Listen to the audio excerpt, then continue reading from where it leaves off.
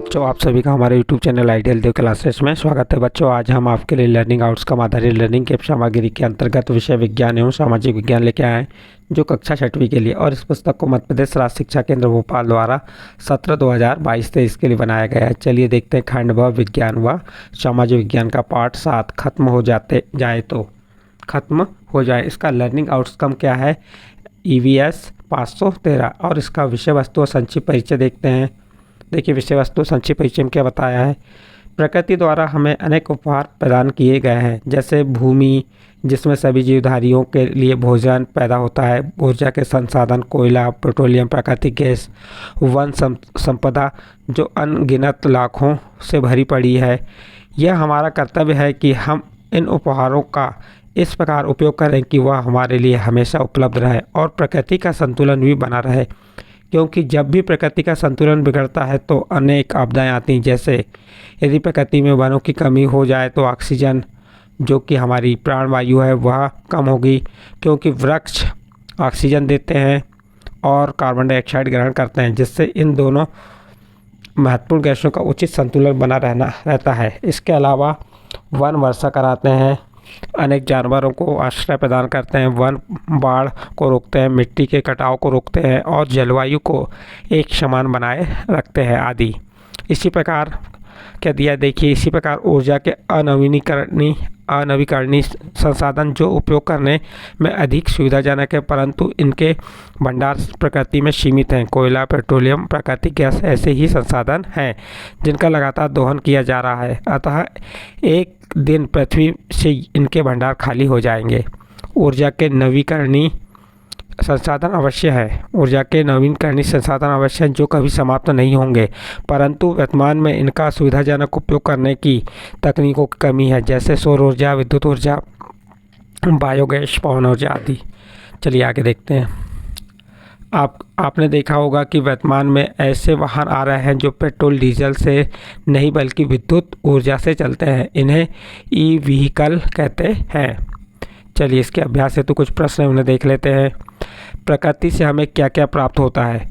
तो उत्तर हो जाएगा, प्रकृति से हमें अनेक उपहार प्रदान किए गए हैं, जैसे भूमि, जीवधारियों के लिए भोजन, ऊर्जा के संसाधन, वन संपदा आदि। नेक्स्ट प्रश्न देखते हैं, प्रश्न नंबर 2। वृक्ष कौन सी गैस ग्रहण करते हैं एवं कौन सी गैस प्रदान करते हैं? इससे क्या क्या लाभ होता है? उत्तर देखिए, वृक्ष कार्बन डाइऑक्साइड गैस ग्रहण करते हैं एवं ऑक्सीजन गैस प्रदान करते हैं। वृक्ष वर्षा कराने, बाढ़ को रोकने और जलवायु को एक समान बनाए रखने में लाभदायक होते हैं। नेक्स्ट प्रश्न देखिए, पता कीजिए कि प्लास्टिक तथा पॉलीथीन का भूमि की उर्वरा शक्ति यानी उपजाऊपन पर क्या प्रभाव पड़ता है? तो उत्तर हो जाएगा, प्लास्टिक तथा पॉलीथीन भूमि की उर्वरा शक्ति को नष्ट कर देती है, जिससे फसल उत्पादन, यहाँ फसल लिख दीजिएगा, थोड़ा रॉन्ग हो गया लिखने में, फलस हो गया है। यहाँ पे आपको क्या लिखना है? फसल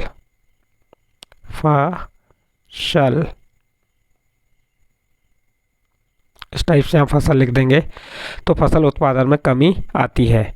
यदि देखिए, प्लास्टिक और पॉलीथीन है, ये क्या होती है? नष्ट नहीं होती। नष्ट नहीं होने के कारण जहाँ पे हम फसल या बीज बोते हैं तो वहाँ हमारी फसल उत्पन्न नहीं होती, जिससे इसकी उर्वरा शक्ति क्या होती है? उपजाऊपन क्या हो जाता है? कम हो जाता है। चलिए आगे देखते हैं, प्रश्न नंबर 4। प्रकृति द्वारा प्रदत्त संसाधनों का उपयोग सावधानीपूर्वक क्यों करना चाहिए? देखिए, इसका उत्तर क्या है? प्रकृति द्वारा प्रदत्त संसाधनों का उपयोग प्रकृति का संतुलन बनाए रखने के लिए सावधानीपूर्वक करना चाहिए। नेक्स्ट प्रश्न देखते हैं,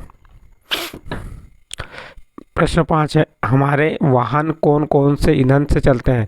तो आपको मालूम है कि हमारे वाहन के पेट्रोल, डीजल, मिट्टी तेल, CNG गैस आदि ईंधन से चलते हैं। अगला प्रश्न, नवीकरणीय संसाधन से आप क्या समझते हैं? उनके नाम बताइए। ऐसे संसाधन जो कभी समाप्त नहीं होंगे नवीकरणीय संसाधन कहलाते हैं, जैसे सौर ऊर्जा, विद्युत ऊर्जा, बायोगैस, पवन ऊर्जा आदि। नेक्स्ट प्रश्न देखिए, इनमें से उन साधनों पर गोला लगाइए जिनमें खनिज तेल का उपयोग होता है। कार में होता है, मोटरसाइकिल में, हवाई जहाज, ट्रैक्टर और बस आदि में खनिज तेल का उपयोग किया जाता है, जिन पे हमने गोले लगा के आपको बता दिए। नेक्स्ट प्रश्न देखते हैं, क्या पेट्रोल डीजल और प्राकृतिक गैस का कोई विकल्प है जो इनका स्थान ले सकता है? बिल्कुल सही, अभी बताया था हमने।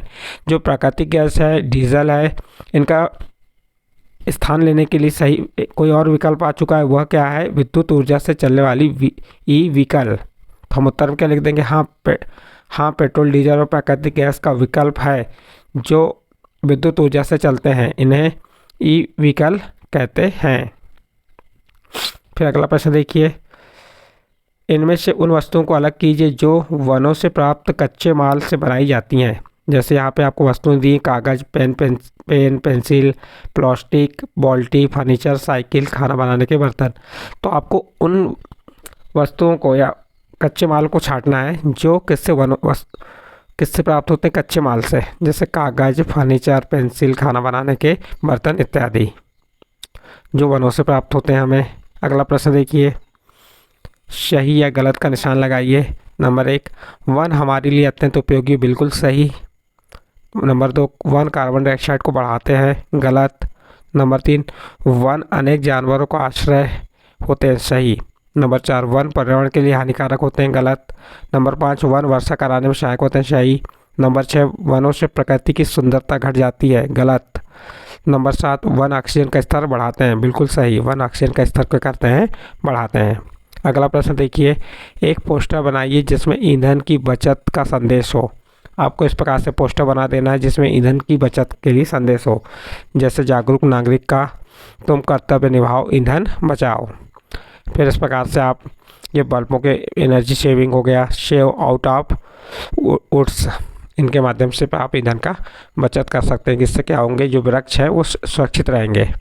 नेक्स्ट अगला प्रश्न है, 100 आकलन है, कोयला और पेट्रोलियम किस प्रकार के ईंधन है? नंबर कभी समाप्त ना होने वाले, और नंबर समाप्त हो सकने वाले। तो जो कोयला और पेट्रोलियम है ये कैसे ईंधन है? समाप्त हो सकने योग्य है। नेक्स्ट प्रश्न, हमारे गाँव या शहर में 1 माह तक पेट्रोल या डीजल ना मिले तो क्या कठिनाई होंगी? उत्तर, हमारे गाँव या शहर में 1 माह तक पेट्रोल या डीजल ना मिले तो आवागमन एवं कृषि कार्य में कठिनाइयों का सामना करना होगा। वनों से होने वाला लाभ, वन वर्षा कराने में सहायक होते हैं, वन अपने जानवर आश्रय प्रदान करते हैं, वन अनेक जानवरों को क्या करते हैं? आश्रय प्रदान करते हैं, वन बाढ़ एवं मिट्टी के कटाव को रोकते हैं। इस प्रकार से वनों के लाभ हो गए। वनों के अनेक लाभ हैं, हमने ओनली यहाँ पे 3 लाभ बताए आपको। आपके घर में ईंधन की बचत के लिए कौन कौन से तरीके अपनाए जाते हैं? तो देखिए हमारे उत्तर क्या हो जाएगा? सौर ऊर्जा, पवन ऊर्जा का उपयोग करते हैं, बायोगैस का उपयोग, कोयले का उपयोग करते हैं। स्वच्छता संबंधित 3 स्लोगन अथवा नारे लिखिए।